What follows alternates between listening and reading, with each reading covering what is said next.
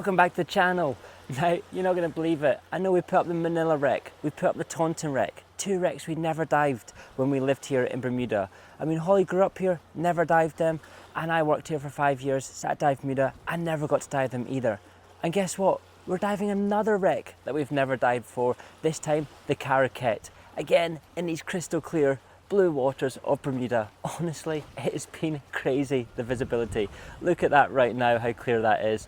I still can't get over it. It's been like this for the last 3 weeks of just solid, crystal clear, amazing visibility. And if this is your first time channel, my name's Mark Quinn, a PADI course director and tech diver, and we have Holly as well. We run dive trips all over the world, sharing our passion, taking you guys with us. So if you want to join one of our trips, check out our website. We have Egypt and Socorro coming up, and also a big shout out to all our members of Sport Channel, especially to Sam Moyers, came on our Egypt trip and supports us in our membership program. Gives you great benefits. Check that out, see what you can join and see what benefits you can get as well. Includes discount to some of our dive trips. If it's your first time channel, make your next dive on that subscribe button as well. And without further ado, let's head up to Dive Bermuda, up to the northeast corner of the island, way out there about 9 miles to go explore the Caraquet wreck, another wreck that we've never dived for. So without further ado, let's go explore another truly historic wreck in beautiful Bermuda.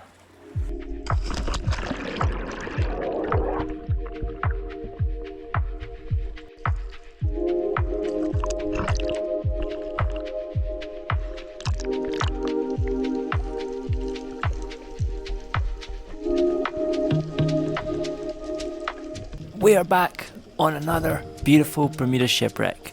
As you probably noticed, it wasn't me behind the camera this time. It is Holly jumping in with the camera.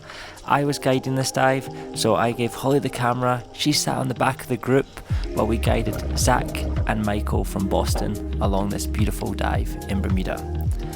Now you can see we were all so excited because the visibility was looking spectacular and there was Bermuda chub everywhere. And here comes me, late to the show. Very rare seeing me in front of the camera. I'm normally hiding behind the camera with Holly as a star of the channel. But today, I have to be at the front. So no judging on my diving style today. There'll be comments about what are you doing, what is happening here. Now, the first thing we do is we arrive at the boilers. I'm showing Zach and Michael that you can enter through one of the Caraquet boilers to swim through. Zach and Michael are having a chat about it. Are they going to do it? Michael's like, I'm going to see you on the other side just now. Zach's like, no worries, I'm going through. I'm going to swim through this 100-year-old shipwreck. And of course, Holly was the same. She was not going to miss out. She follows in behind. As you can see how beautiful it is to move through this boiler. Going through that pipework. There's only a few wrecks in the world you can do this. Another one is actually in Bermuda called the Pollock Shields. Does Michael not want to be upped by his son, Zach? You'll find out later in the video, so stay tuned for that. Now, as you all do, you love the history of these wrecks. So let me tell you a bit about the Caraquet. This amazing ship was built in 1894 in Belfast, Northern Ireland. This British mail, packet and passenger steamer was originally named the Guelph.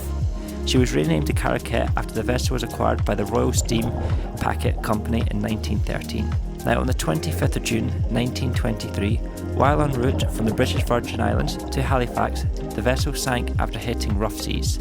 Captain Fernandez was exonerated for any blame after the Marine Board of Inquiry found that a normally strong current had pushed the Caraquet further than the captain had calculated.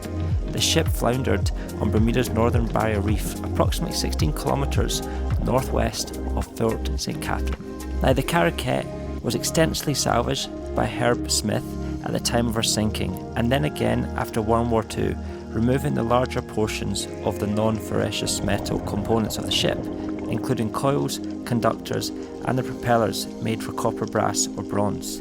The wreck site, as you can see, is fairly broken up due to the ocean swells and the salvage operations. It sits in round about 45 feet of water, 14 metres, with the shallowest points only in 15 feet, 5 metres of water. It's a great spot for all levels divers. There's history around this site, there's amazing marine life, as we have a soapfish swimming around here who is very curious with the camera. Bermuda chub, We have loads of parrotfish, angelfish and sergeant majors. There's a lot on this dive site for everyone to enjoy. And one thing that is really picturesque with this wreck is when we're moving along with Michael and Zach, we come across the winch, the anchor winch shall I say.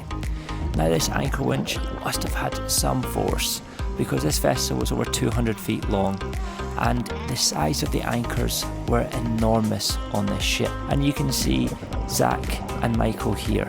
The anchor is huge next to them. Of course, Mark, being a good dive guide as always, or should I say myself, being a good dive guide as always, they were asking for photo and videos of them at this anchor. I was happy to oblige and help them out.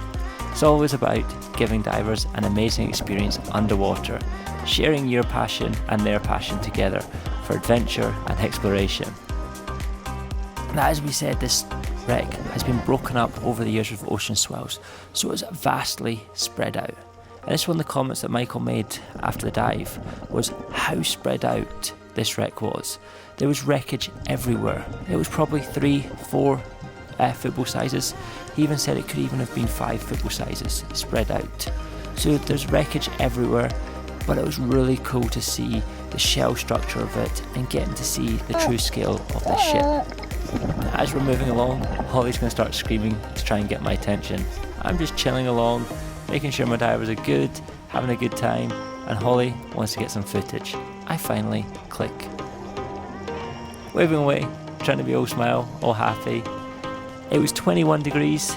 I was starting to feel a little bit nippy. This is the second dive of the day, so I was starting to feel a little bit cold on this dive, only in my 5mm, while Holly is nice and toasty in her nice, warm, fourth element dry suit.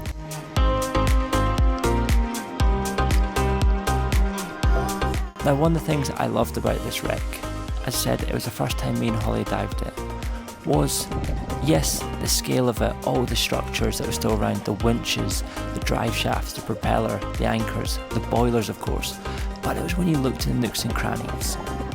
There was loads of fish in there.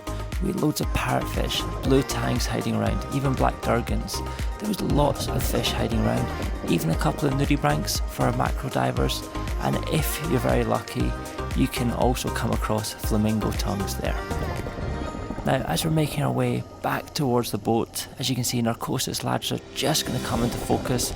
We're sitting round about 7 metres, so round about that 25 to 30 feet mark, doing our safety stops while we just enjoy the last moments of this dive. Coming across the other boilers, there's 4 boilers total around this wreck, but I just loved the Bermuda chub always schooling, circling around us. And of course, we're about to find out if Michael changed his mind if he wanted to go through the boilers from earlier.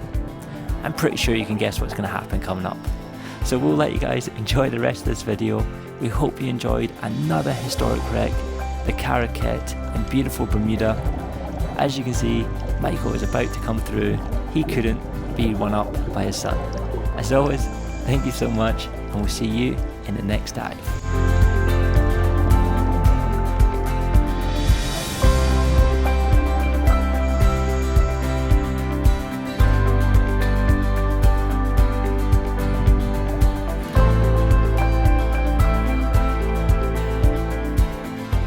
Thanks for joining us out here today on the beautiful reefs of Bermuda out with Dive Bermuda. As you may know, these are some of our favorite reefs and wrecks in the world, and we're going to be diving every single day for 3 weeks, and we're going to take you along with us. So make sure to follow along if you want to see more for Bermuda diving.